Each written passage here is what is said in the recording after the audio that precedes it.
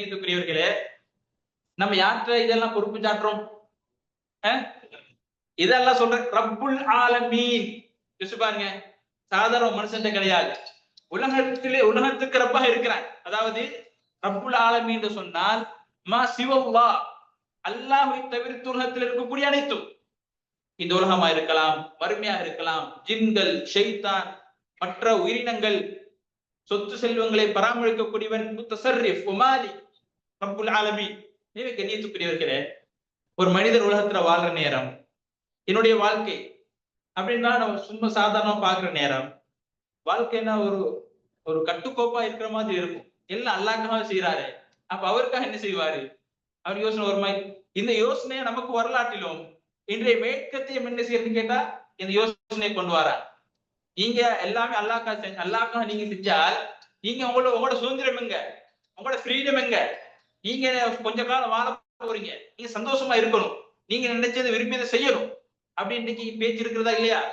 ஆனால் கண்ணியத்துக்குரியவர்களே, நன்றாக புரிந்து கொள்ளுங்கள், யாராவது மனிதர் இந்த அடிப்படையை வைத்து என்னுடைய வாழ்க்கை, என்னுடைய மரணம், உலகத்திலே நான் செய்யக்கூடிய அனைத்தும் அல்லாஹ்வுக்கே என்று ஒரு மனிதர் வாழ்வாக இருந்தால் சந்தோஷத்தோட வாழ்வார், நிம்மதியோடு வாழ்வார்.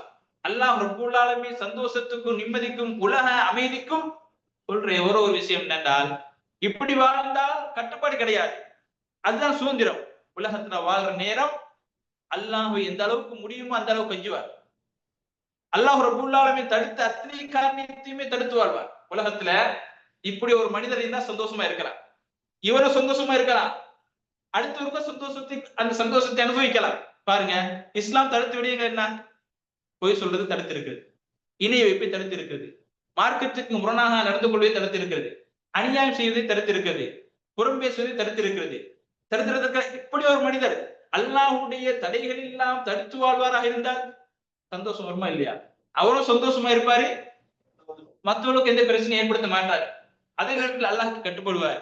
அல்லாஹ் ரப்பல் ஆலமீன் உலகத்தில் எதையெல்லாம் ஏவி இருக்கிறான் அதை என்ன செய்வாரு? அப்படி எடுத்துக்கொள்வாரு. அப்போ இது மிகப்பெரிய அம்சம். என்னது? அல்லாஹ்வுக்காக தன்னுடைய வாழ்க்கையை அர்ப்பணிக்கிறது. இது யார் சொல்றாங்கன்னு கேட்டா, யார் சொல்றது? இத நபியே நீங்க கூறுங்க, நான் இப்படி இருக்கிறேன் என்று யார் சொல்றது?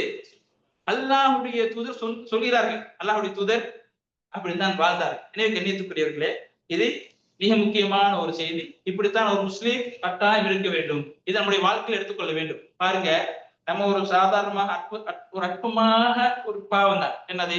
இன்னைக்கு படித்தவங்க படிக்காத எல்லாருமே செய்யக்கூடிய ஒரு விஷயம் என்னென்றால், இன்னொருத்தரை பார்க்கிற நேரம் கொஞ்சம் ஏளனமாக செய்வோம், அல்லது சிரிப்பாக நக்கல் பண்ணி